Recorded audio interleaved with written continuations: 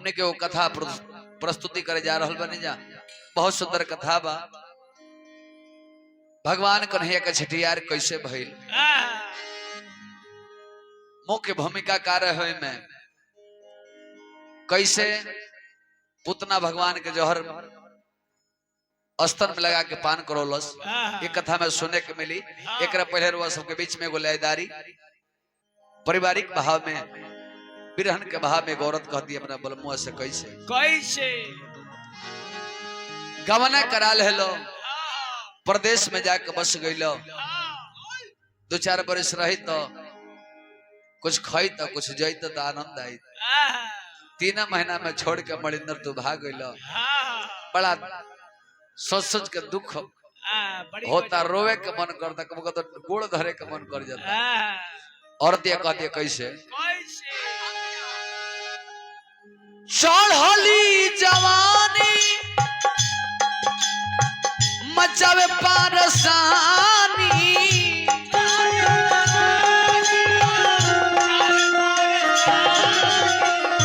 ऐसे ही बात राजा हम कहता आनी।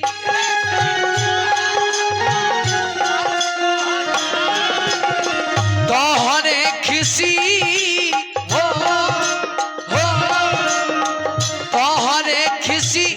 कुछ कर जाई काहे राजा कि हे पिया आईबा कि मर जाई का।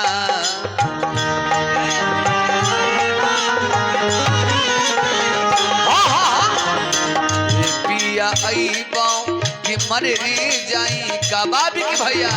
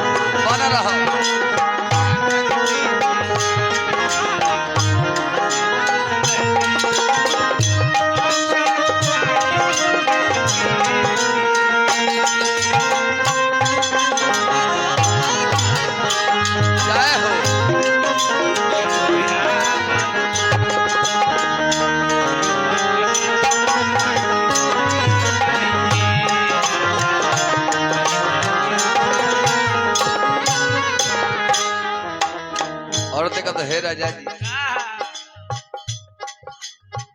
जब जवानी के आनंद ना ले हो, अब बुढ़ारी में आकर का करो। भइल बाड़ तू ही कमाए वाला बड़का,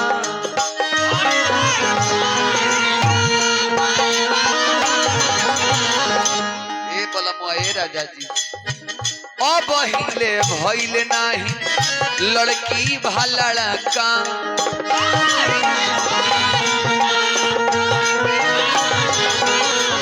शादी भइल, बियाह भइल, गौना भइल, नैहर के लोग पूछता करो नया समाचार होकर तो बताओ। जेकर बलमुआ 4 साल से प्रदेश बाड़े ओकर नया समाचार का होई राजा। भइल बाड़ तू ही कमाए वाला बड़का। जय हो दीपक बाबू। अब हिले भइल राजा लड़की भलड़का।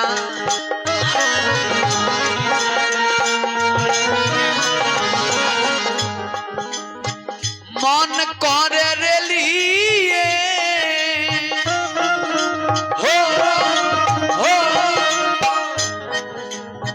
मन करे रेलिए से लड़ी जाई काहे राजा।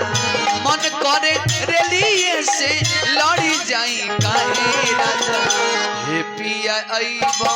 कि मर जाई का।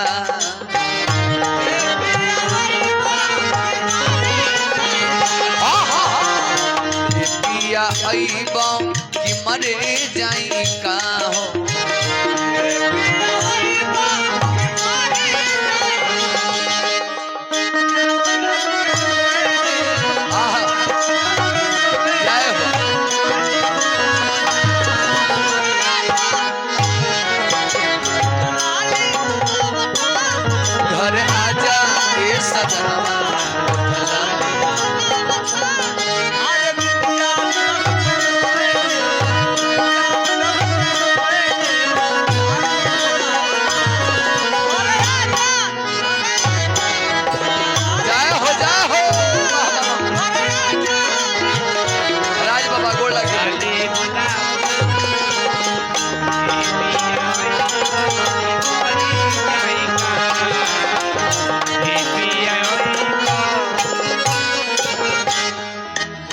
रुपया जो न करावे राज बाबा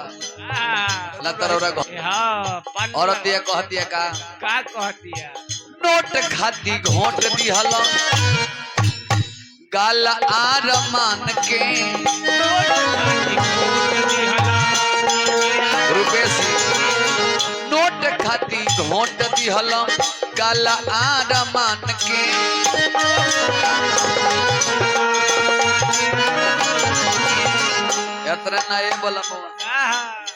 पी रहा के आग में जरा बतारो जान के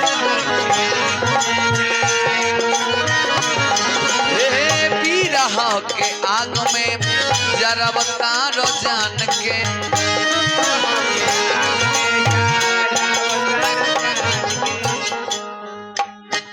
डाल के कीड़ा सौतीला हो के किरासन दिलम जरी जाई का ए राजा डाल के किरासन दिलम जरी जाई का ए राजा हे पिया आईबो कि मरे जाई का हो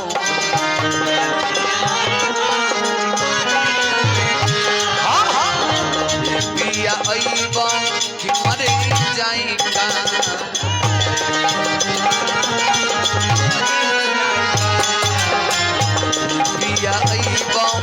मरे जाएगा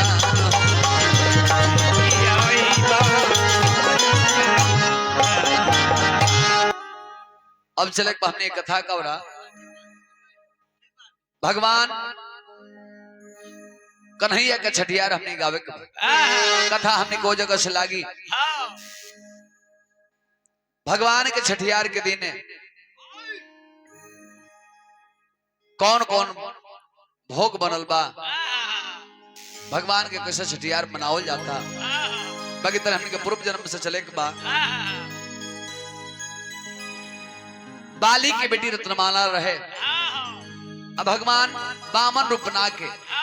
अब बाली के छले खाती स्वयं भगवान विष्णु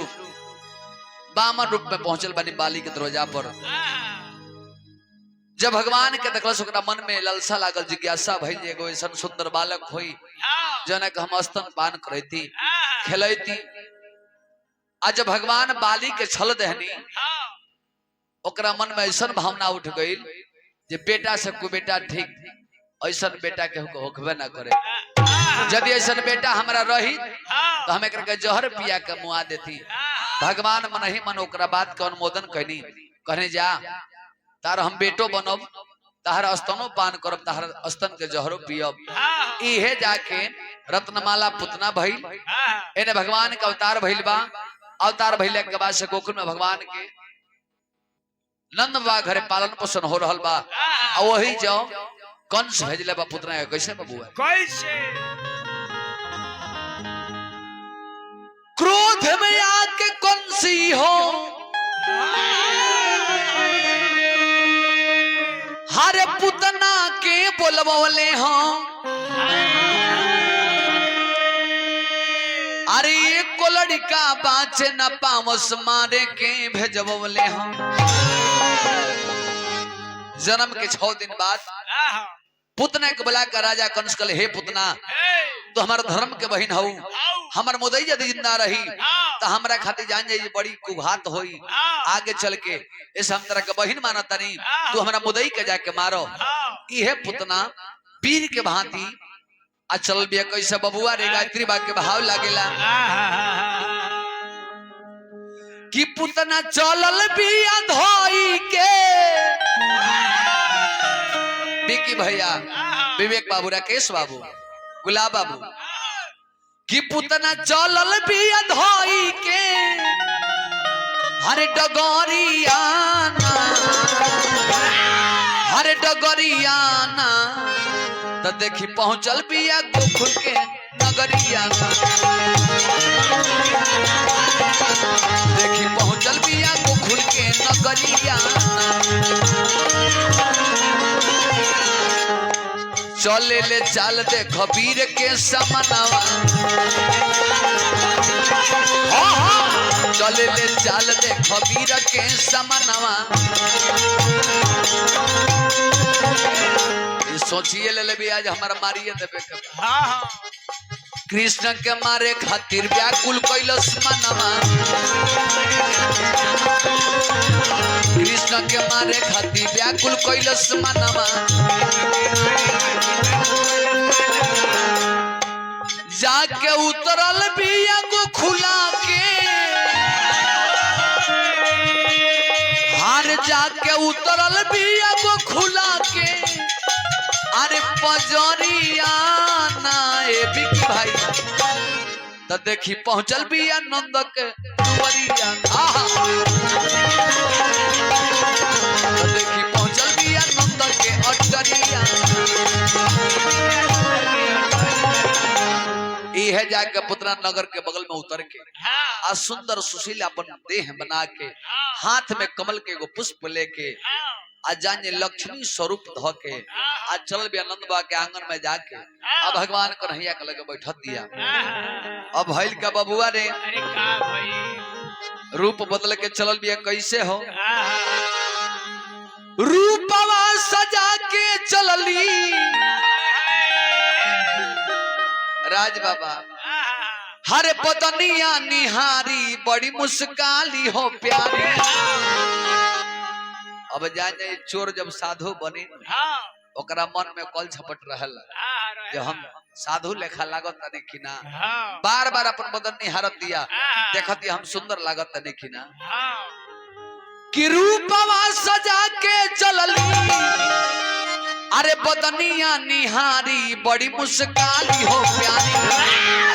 कि बड़ी मुस्काली हो प्यारी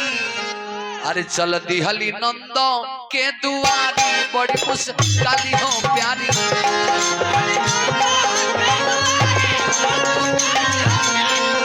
चल दिहली नंदो के दुआरी बड़ी मुस्काली हो प्यारी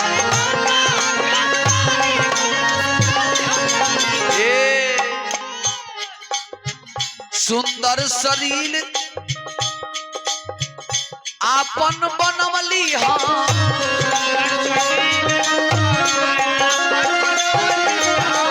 सुंदर सुशील देह आपन बनवली भगवान कन्हैया के मारे खातिर कैली का अपना औस्तन में विष लगावत हरी अपना जे औस्तन में विष के लगवली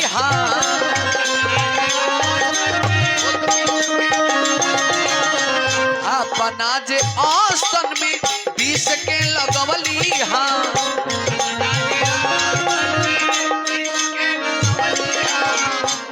हंसत रहो ही लागत सुतल ना जरा कथा में सुते के रहे गोकुल के गोपी रे देखी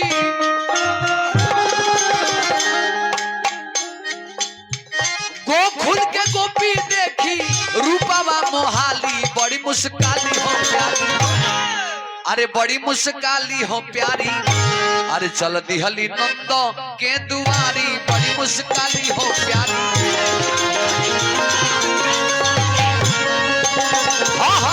चल दिहली नंदो के दुआरी बड़ी मुस्काली हो प्यारी सुंदर सुशील पुतना अपन शरीर बना के हाथ में कमल के पुष्प लेके पहुंचल भी भगवान कन्हैया के लगे बाकी दुनिया के मालिक लगे जब सोम पहुंचल बिया तो दुनिया के मालिक जानला बिना बाकी एहो जब भाव हमरा गायत्री बका लागे लबे की भैया अरे रूप देखी बात गईले जानी ई हो अंतर्यामी दुनिया के चलावे लगे आ खुद ठगे जाई तो ठगाई और वह खुद ठगा जाई ऐसे भइल का बबुआ रे का भाई अरे रूप देखी बात गईले इहो अंतर जान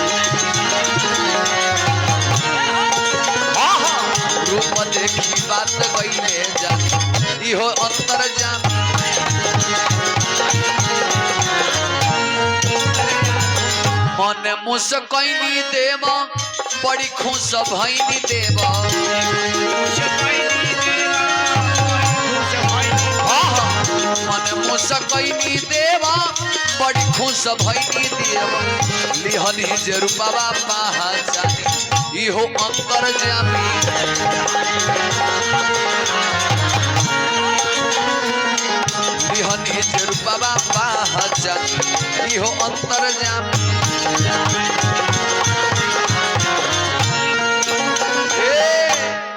भगवान मन ही मन ओकरा के निरखता नहीं आज जब देखनी ओहो एकरा के तो हम बचत देले बानी तारा हम स्तनपान करब आज समय से देखो है आ गइल बिया अभी जानिए भगवान मन ही मन अपना मन में सोचता नहीं सबके छठियार में 12 व्यंजन 56 भोग मिलेला खाए के आज हमारे सन छठियार बा ये छठियार में मेवा मिष्ठान माखन मिश्री ना मिली ना एमे हमारा खाए के का परी का हमरा विष पिए के परी दूध के साथ साथ विष के ग्रहण करे के परी भगवान मन ही मन सोचता नहीं आतले पुतना जसोदा जी से कलश हे जसोदा जी और बेटा आहा इतना सुंदर बाड़े तेजस्वी बाड़े तनी राउर आदेश होते एकरा के गोदी में लेके खेलैती सुंदर जान के भगवान के लागल मैया जसोदा जी से मांगे माई कहनी कोनो बात नहीं खेले के खिलाई भगवान कन्हैया के लेके पुतना लागल खिलावे आ जैसे माई के ध्यान जैसे हटल कन्हैया पर से तले पुतना कैलाश का भगवान के गोदी में लेहले अपन स्तन धरा दल तब भइल का बबुआ रे भगवान लगनी पिए पुतना के स्तन हो जब भाव वही लगे तब बबुआ गायत्री बा के भाव में हमनी के रहे के बा कि तबले अरे स्तन धरवली बालक जाने रमा हो तबले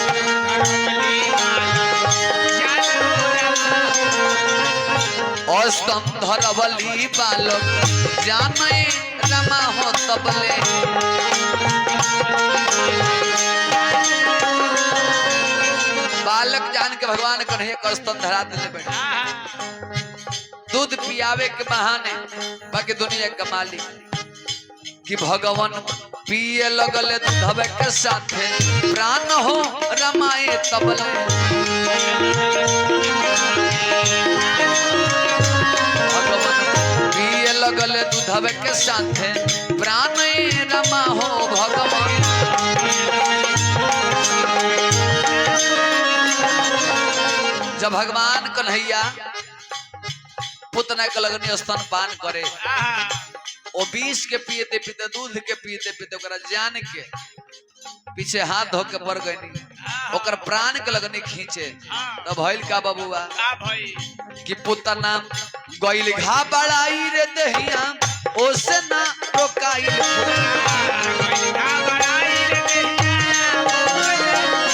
पुतना गइल घा बड़ाई रे दहिया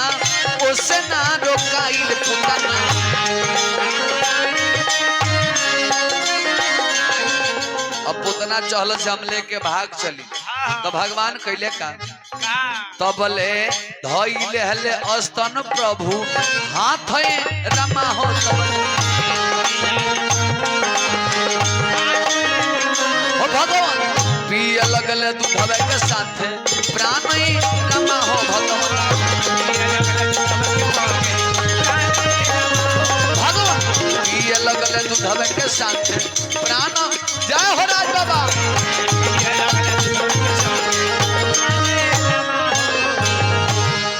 जब भगवान स्तन पान कर लगनी दूध के साथ साथ प्राण लगनी खींचे पुतना व्याकुल होके आ लड़का के लेके आसमान में उड़ गई भगवान दोनों हाथे स्तन पकड़ ले बानी अब जान जाए गोकुल में चारों तरफ कोलाहल मचल बा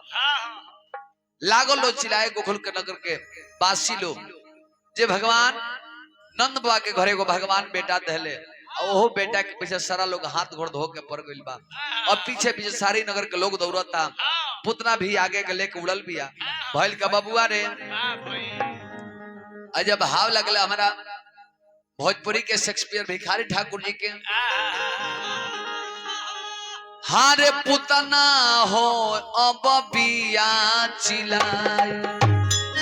आओ मास्टर फिर राजा हरे पुतना हो अब बिया पुतना हो अब बिया चिल्लाए बालक ना होवे ई तो होवे यमदूतवा बालक ना होवे ई तो होवे यमदूतवा ये हमारा खाती काले बा लइका ना ये कोनो साधारण मानो नहीं खेला अरे ना ना ये हो ना हो कहीं भगवान हो खो मन में कल्पना कर दिया ले ली ही जान हमर नंद के सपुतावा ले ली जान हमर नंद के सपुतावा गिर ले जैसे ही हो बादल घहराई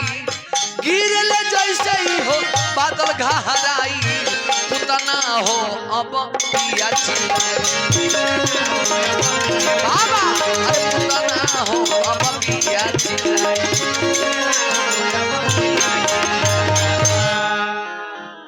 गोकुल में जब जाना लो लेके लइका भाग चलल गोप गोपी ग्वाल लो सब लोग पहुंचल बा जहां पुतना जाके गिरल आ जब पुतना धरती पर गिरल बिया तो ओकर शरीर रहे तो 2 कोस में गिरल नंद बाबा गइल बानी सारा लोग रोवता माई जसोदा चिल्लात गइल बानी जे हमरा लइका के ले गइल मार दहलस आतले जमान कन्हैया पुतना के छाती पर खेलत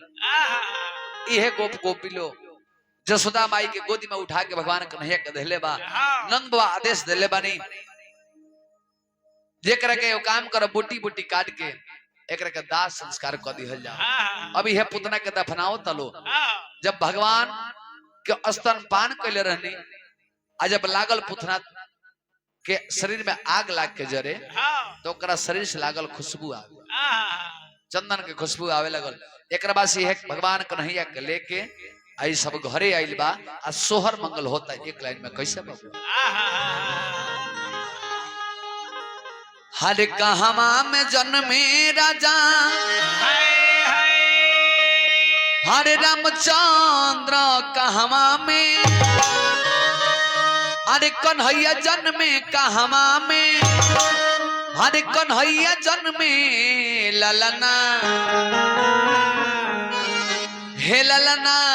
कहवा में जन्मे अरे गणेश तीनों घरवा सोहर होला ये पहले के माता बहन लोग गावत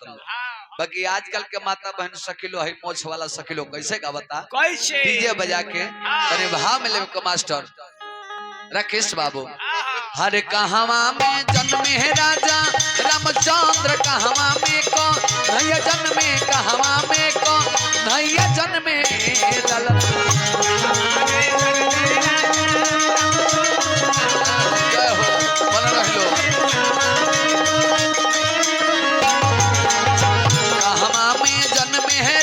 रामचंद्र कहवा में को नैया जन्मे कहवा में को नैया जन्मे ललन हे ललना कहवा में जन्मे ले गो ने सत तीनों घरवा सोहर होला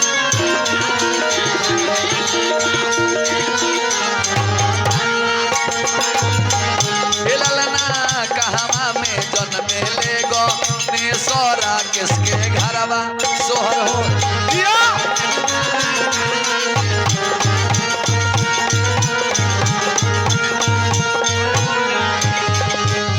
सखिलोरी कहता का अयोध्या में जन्मे है राजा रामचंद्र गोखुला में को भैया जन्मे गोखुला में को भैया जन्मे ललन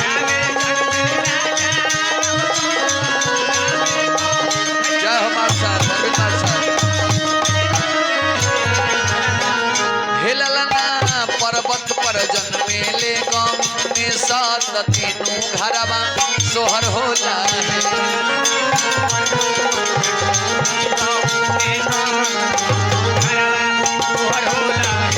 ललना पर्वत पर जन्मे ले गमे सात तीनों घरवा सोहर होला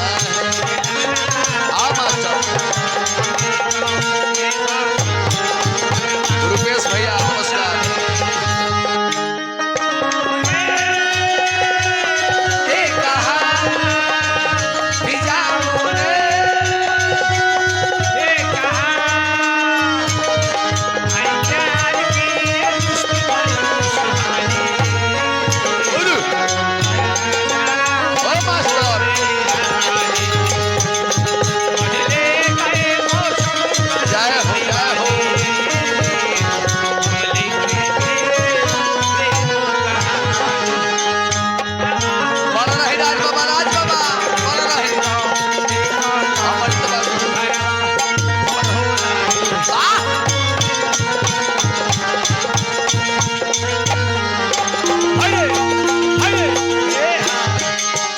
और सखी लोग आवत कहता का बबुआ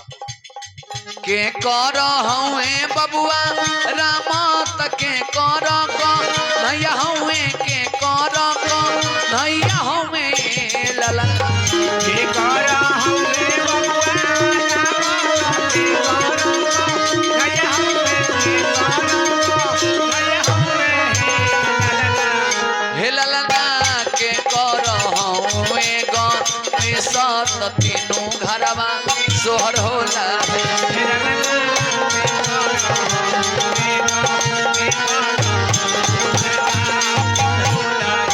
ललना के कर हवे गमे सात तीनों घरवा सोहर होला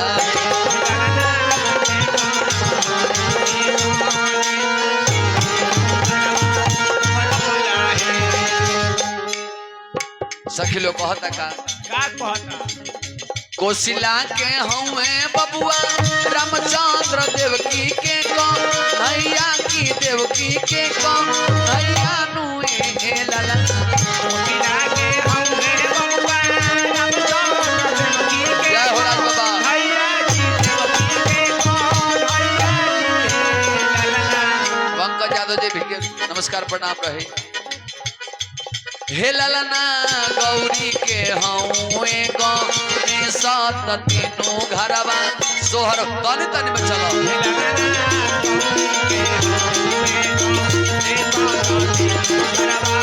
हे ललना गौरी के हवे गमे सात तीनों घरवा सोहर होला